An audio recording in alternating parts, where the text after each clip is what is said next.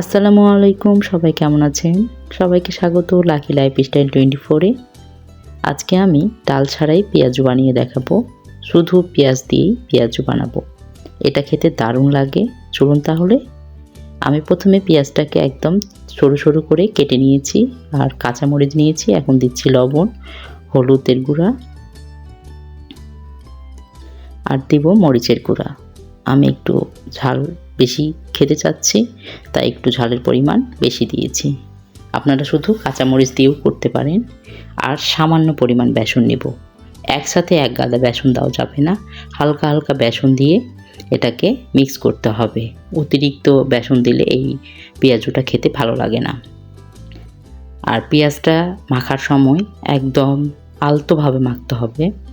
অতিরিক্ত চেপে চেপে মাখলে পেঁয়াজ থেকে পানি বের হয়ে যাবে, আর পানি বের হয়ে গেলে এই পেঁয়াজুটা কড়া হবে না, নরম নরম হয়ে যাবে। তাই একটু সুন্দর করে মেখে নিতে হবে। এই তো দেখতে পাচ্ছেন কি সুন্দর করে পেঁয়াজটা একদম নরমও হয়ে যায়নি, আবার খুব একটা শক্ত হয়ে নাই। তেল গরম করে নিয়েছি। এবার আমি পেঁয়াজগুলোকে ছোট ছোট করে ভেজে নিচ্ছি। বড় করেও ভাজতে পারেন, আমি ছোট ছোট করে ভাজছি। দেখতে ভালো লাগে আর খেতেও ভালো লাগে। আর চুলার জালটা একটু মিডিয়াম করে রাখবেন, খুব বেশি আঁচে ভাজবেন না, তাহলে পেঁয়াজুটা পুড়ে যাবে আর ভিতরে কাঁচা থেকে যাবে। আর যত ধীরে ধীরে ভাজবেন ততই খেতে মজা লাগবে আর ক্রিস্পি হবে।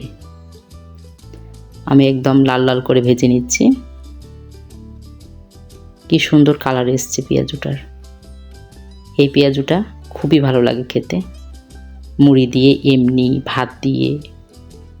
সামনে তো রমজান মাস আসছে, এভাবে বানিয়ে খাবেন আর বাইরের খাবার থেকে নিজেকে একটু মুক্ত রাখবেন।